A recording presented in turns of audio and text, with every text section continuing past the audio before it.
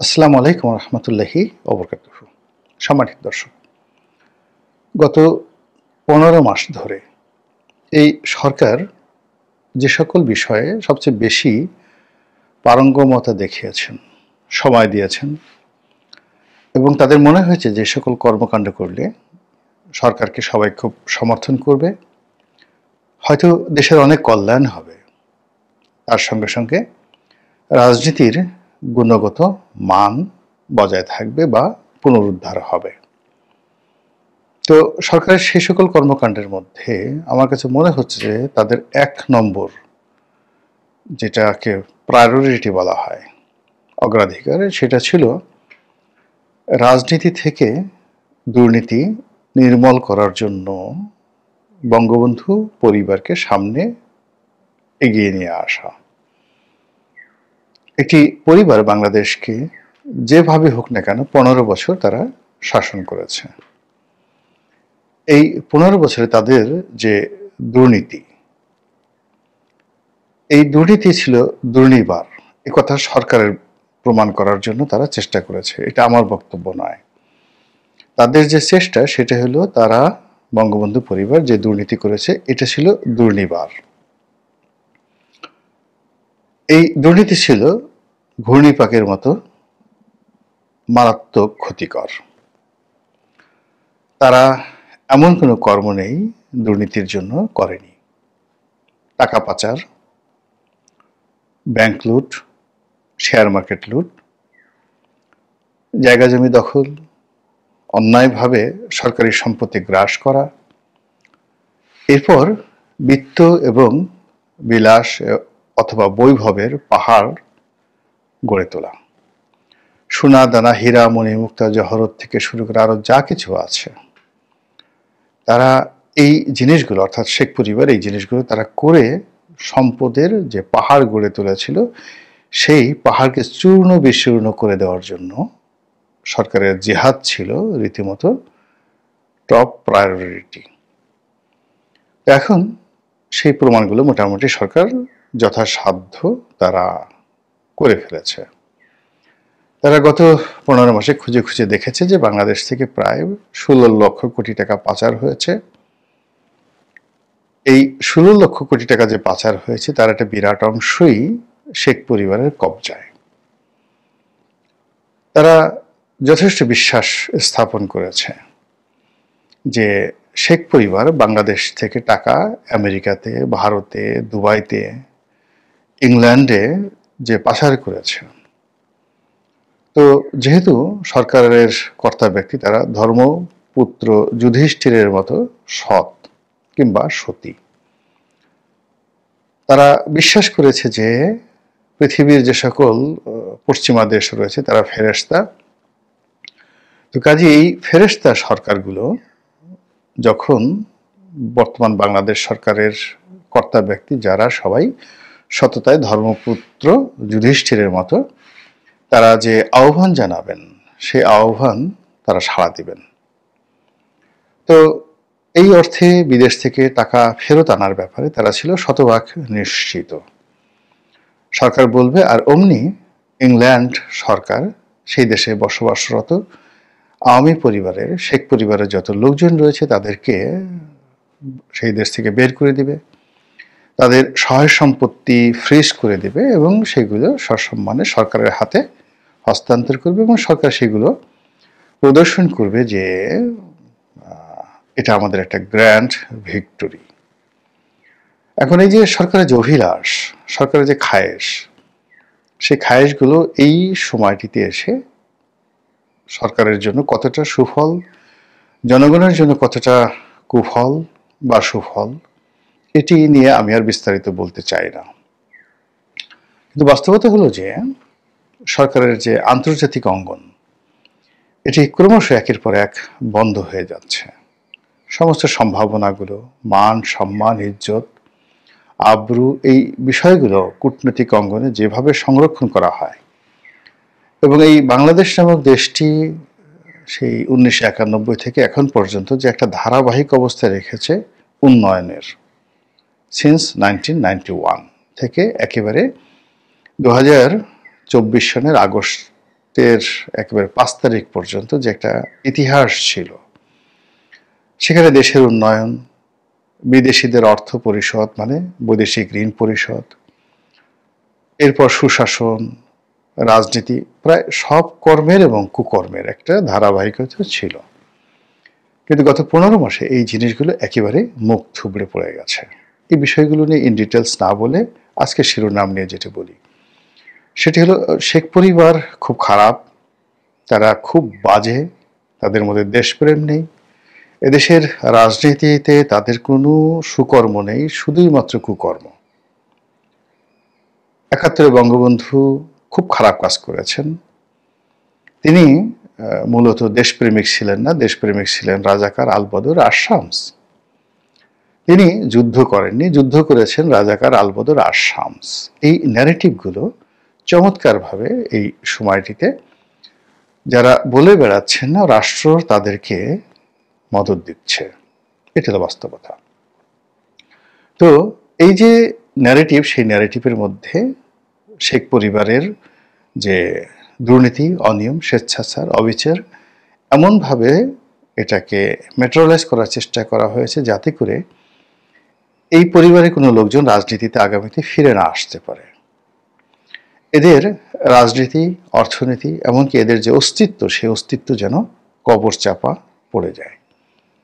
এদের প্রতি মানুষের ঘৃণা এমনভাবে জাগানোর চেষ্টা করা হয়েছে বা স্বপ্ন দেখা হচ্ছে যেন বাংলার মাটিতে অনেক আজে বাজে প্রাণী রয়েছেন, তাদের নাম মানুষ হয়তো উচ্চারণ করবে, কিন্তু সেই শেখ পরিবারের নাম কেউ উচ্চারণ করবে না।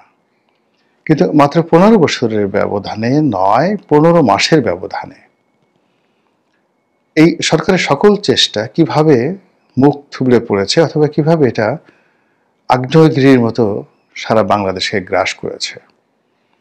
এটি আপনারা বুঝতে পারছেন যে এখন যদি ভোট হয় আর ইনক্লুসিভ নির্বাচন, যেটা পশ্চিমারা বলছে, সেটি হয়, আর যে দলটিকে বা যে পরিবারটিকে রাজনীতির বাইরে রাখার চেষ্টা করা হয়েছে মাত্র 15 বছরের নয়, 15 মাসের ব্যবধানে, অর্থাৎ এই দলটি 15 বছর যে কাজ করেছে তার সেই সকল কাজের ভুল ত্রুটিকে কবর চাপা দিয়ে 15 মাসে কি একটা অবস্থা তৈরি হয়েছে, এটা বলতে বেসিক্যালি আমার শরম লাগে, লজ্জা লাগে। কাজেই লজ্জা ইদানিংকালে পুরুষের ভূষণ হয়ে গেছে, আর নারীর ভূষণ নেই।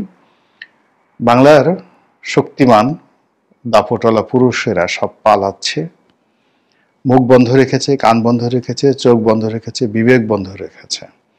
তো এই সেই পুরুষের যে স্বাভাবিক গতি প্রকৃতি, আমি যতক্ষণ পর্যন্ত নিজেকে পুরুষ মনে করছি ততক্ষণ পর্যন্ত মোটামুটি নিজেকে লজ্জাবতী নারীর পর্যায়ে নিয়ে যাওয়াটাই উত্তম কর্ম। এনিওয়ে, সেটা হলো যে শেখ পরিবারকে, আওয়ামী লীগকে অপদস্থ, অসম্মান, বেইজ্জতি করার সকল আয়োজন সম্পন্ন হয়েছে। তারই ধারাবাহিকতা আমাদের মহামান্য আদালত থেকে এই পরিবারের অনেকের বিরুদ্ধে রায় এসে গেছে। শাস্তি একেবারে অবধারিত আরও হবে এমন অনেকগুলো মামলা রয়ে গেছে, এবং সেই মামলার বাহারি সন্ত্রাস, দুর্নীতি, অনিয়ম, অবিচার, দখল, চাঁদাবাজি সব কিছু। এবং শেখ পরিবারের একজন সদস্য টিউলিপ সিদ্দিকী, তিনি ইংল্যান্ডে আছেন এবং সেখানে থেকে তিনি ইংরেজিতে কথা বলেন একেবারে ব্রিটিশ অ্যাকসেন্টে, এবং তার জন্ম ইংল্যান্ডে হয়েছে। এটা শেখ পরিবার বিরোধী যারা লোকজন রয়েছে তাদের জন্য খুবই অবমাননাকর। দ্বিতীয়ত, তিনি আবার এখানে 4-5 বার নাকি সংসদ সদস্য হয়ে গেছেন, বিনা ভোটে নয়, কিংবা অটো ভোটে নয়, রাতের ভোটে নয়, 15 ফেব্রুয়ারি নির্বাচনে নয়, একেবারে সাদা চামড়ার ব্রিটিশ জনগণের ভোটে হয়েছেন। এবং আরো অবাক ব্যাপার হলো যে আমাদের ঢাকা শহরে যেমন গুলশান বনানী রয়েছে, অভিজাত এলাকা বা ধানমন্ডি, এরকম ইংল্যান্ডের সবচেয়ে অভিজাত যে এলাকাটি রয়েছে সেই এলাকা থেকে তিনি সংসদ সদস্য নির্বাচিত হয়েছেন, তাও আবার ক্ষমতাসীন দলের, এখন ব্রিটেনের ক্ষমতাসীন দলের। তারপর তিনি একটা বেশ বড়সড় মন্ত্রীও হয়ে গেলেন। এই যে শেখ পরিবারের যে একটা আন্তর্জাতিক আলো, সেই আলোটাকে নিভিয়ে দেওয়ার জন্য আমরা এই বাংলার যারা বীর, মহাবীর, হামবীর, আমরা যে হুঙ্কার ছেড়েছি, সেই হুঙ্কারে কিছুটা হলো কাজ হয়েছে। টিউলিপ সিদ্দিকীর মন্ত্রিত্ব চলে গেছে। তারপর এখন তিনি বাংলাদেশের আদালতে সাজাপ্রাপ্ত আসামি। তো ব্রিটেনের যদি কোনো রকম লাজ থাকে, লজ্জা থাকে, অপমান বোধ থাকে যে তাদের একজন সংসদ সদস্যর বিরুদ্ধে বাংলাদেশের একটা আদালত দুর্নীতির অভিযোগ এনেছে, তাদের উচিত ইমিডিয়েটলি টিউলিপ সিদ্দিকীকে গ্রেপ্তার করে বাংলাদেশ সরকারের নিকট হস্তান্তর করা। কিন্তু যেটা বললাম যে ব্রিটিশ জাতির এই আত্মমর্যাদা বোধ থাকা উচিত, কিন্তু সময় পাল্টে গেছে। ব্রিটিশদের সেই আভিজাত্য আর এখন নেই, তাদের সেই রাজত্ব নেই। একসময় সারা পৃথিবী তারা শাসন করতে, বলা হতো যে ব্রিটিশ সাম্রাজ্যের সূর্য অস্তমিত হয় না। তো কাজেই এই বাংলাদেশে এত বড় একটা বিচার হলো এবং টিউলিপ সিদ্দিকীর, যাকে বলা হয়, এত বড় একটি শাস্তি হলো, এটি নিয়ে এখনো পর্যন্ত ব্রিটিশ সরকারের কোনো মাথা ব্যথা নেই। অধিকন্তু টিউলিপ সিদ্দিকী নিজে এবং তার পক্ষে তার সরকারের যত কর্তা ব্যক্তি আছে, including the prime minister of United kingdom, তিনি যে ভাষায় কথা বলছেন এটা আসলে বাঙালি কালচারে পড়ে না। বাঙালি সবসময় কান কথা বিশ্বাস করবে, কান নিয়ে গেছে চিলে, দৌড় দেবে চিলের পেছনে ইত্যাদি। তো সেই দিক থেকে বাংলাদেশে কি হলো বা না হলো, মানে সেই দিকে না তাকিয়ে তারা যে সকল কথাবার্তা বলছে এটা খুবই আপত্তিকর। তাদের হৃদয়ে কোনো মায়া দেওয়া নেই। একসময় ব্রিটিশ সিংহাসন চলতো বাংলার টাকায়, এবং তাদের কৃতজ্ঞ থাকা উচিত যে বাংলা, বিহার, উড়িষ্যার প্রথম তারা দখল করতে পেরেছিল এই বাঙালি মির্জাফরদের বদান্যতায়। তো কাজেই এই বাঙালির প্রতি তাদের কৃতজ্ঞ থাকা উচিত ছিল, এই দেশের সরকার ব্যবস্থার প্রতি তাদের একটা আনুগত্য থাকা উচিত ছিল। সেটা না রেখে তারা এখন টিউলিপ সিদ্দিকীর পক্ষ অবলম্বন করছে। একইভাবে টিউলিপ সিদ্দিকীর যে মা রেহানা সিদ্দিকী, বঙ্গবন্ধুর দ্বিতীয় কন্যা, তিনি এখন কোথায় আছেন? তিনিও তো ব্রিটিশ সিটিজেন। তো এখন আমরা তারেক জিয়াকে নিয়ে এত আলোচনা করছি, কিন্তু বেগম জিয়াকে নিয়ে এত আলোচনা করছি, কিন্তু শেখ রেহানাকে নিয়ে তো বেশি আলোচনা করা উচিত। এর কারণ হলো যারা বর্তমান সরকারে আছেন তারা মনে করেন যে শেখ হাসিনা যেভাবে দুর্নীতি করেছেন, টিউলিপ সিদ্দিকী এবং শেখ রেহানা একই দুর্নীতি করেছেন এবং সমান তালে, কেউ কেউ হয়তো আরো বেশি মনে করেন। তো কাজেই তাকেও তো আনতে হবে, যেভাবে হোক তাকে আনতে হবে। এবং আশ্চর্যের ব্যাপার হলো আমরা সবাই সব কথা বলছি, কিন্তু শেখ রেহানাকে আমরা গালাগালি করছি না এখন পর্যন্ত, অথচ তাকে আমাদের খুব গালাগালি করা দরকার। তারপরে তার প্রতি রাগ দেখানো দরকার। এর কারণ হলো শেখ হাসিনার চাইতে শেখ রেহানার বয়স অল্প, শরীর স্বাস্থ্য মাশাআল্লাহ ভালো। তো পরবর্তীতে দেখা গেল যে যদি আফটার শেখ হাসিনা নেতৃত্ব শেখ রেহানার হাতে চলে আসে, তো সেক্ষেত্রে তো শেখ রেহানাকে কলুষিত করতে হবে, তাকে গ্রেপ্তার করতে হবে, তাকে অপদস্থ করতে হবে। কিন্তু সেই ধরনের যে ম্যাটিকুলাস ডিজাইন, সেই ডিজাইনে এখনো শেখ রেহানা ওই অবস্থার মধ্যে পড়েনি। ফলে টিউলিপ সিদ্দিকের সঙ্গে সঙ্গে শেখ রেহানাকেও টার্গেট করতে হবে।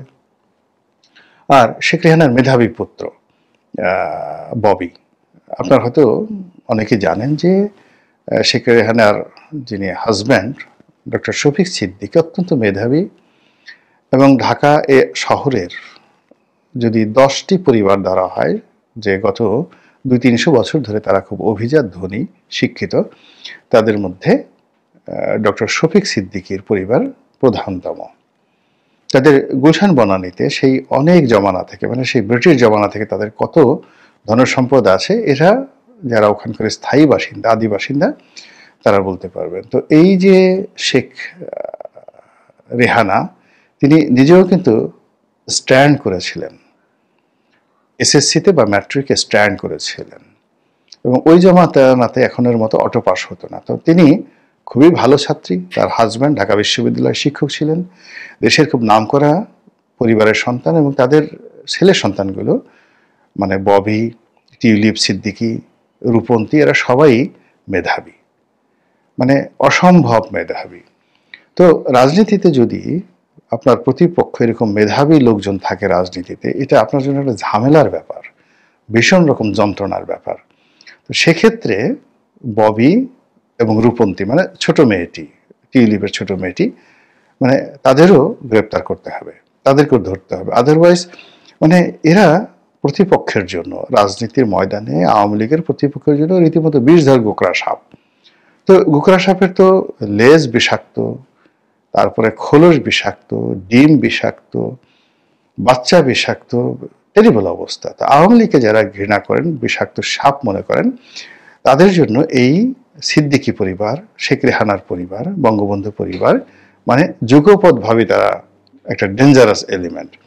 তো সেক্ষেত্রে আমি মনে করি যেহেতু মানে চেষ্টা চালিয়ে যাওয়া হচ্ছে এবং ইতিমধ্যে অনেকগুলো ন্যারেটিভ তৈরি করা হয়েছে, ফলে ফুল ফ্যামিলিটিকে টার্গেট করে যদি এগুনো যায়, হয়তো আমাদের এই মুহূর্তে যারা ধর্মপুত্র যুধিষ্ঠির আছেন তারা সফলতা পেলেও পেতে পারেন।